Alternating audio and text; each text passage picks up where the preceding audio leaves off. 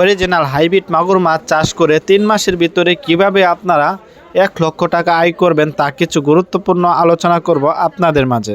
Viewers, এই original hybrid মাগুর মাছটি খরচ কম লাভ বেশি। এই মাছটি চাষ করে অল্প দিনে স্বাবলম্বী হতে পারবেন।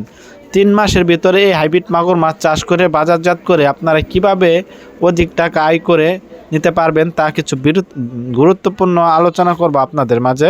সম্পূর্ণ ভিডিওটি লক্ষ্য করে দেখবেন। ভিউয়ার্স, এই হাইব্রিড মাগুর মাছটি রাক্ষসী জাতি হাইব্রিড মাগুর মাছের পোনা। এটি একদম কম খরচে পুকুরে চাষ করে স্বাবলম্বী হতে পারবেন। এই হাইব্রিড মাগুর মাছটিকে যত ময়লা আবর্জনা পুকুরে পান্টনে পুকুরে চাষ করতে পারেন ততই দ্রুত বড় হবে এবং বৃদ্ধি পাবে। এটির প্রধান খাদ্য হচ্ছে ময়লা আবর্জনা থেকে ধরে এটির প্রধান খাদ্য হচ্ছে মরা মুরগি লিটার ইত্যাদি পান্তা ভাত। যত পচা জাতীয় খাবার আছে হাইব্রিড মাগুর মাছটি খেয়ে দ্রুত বড় হয়। এই হাইব্রিড মাগুর মাছটি অল্প খরচে 3 মাসের ভিতরে এই মাছটিকে চাষ করে বাজারজাত করে আপনারা 5 থেকে 6 হাজার মাছ চাষ করে 1 লক্ষ টাকা আয় করে স্বাবলম্বী হতে পারবেন।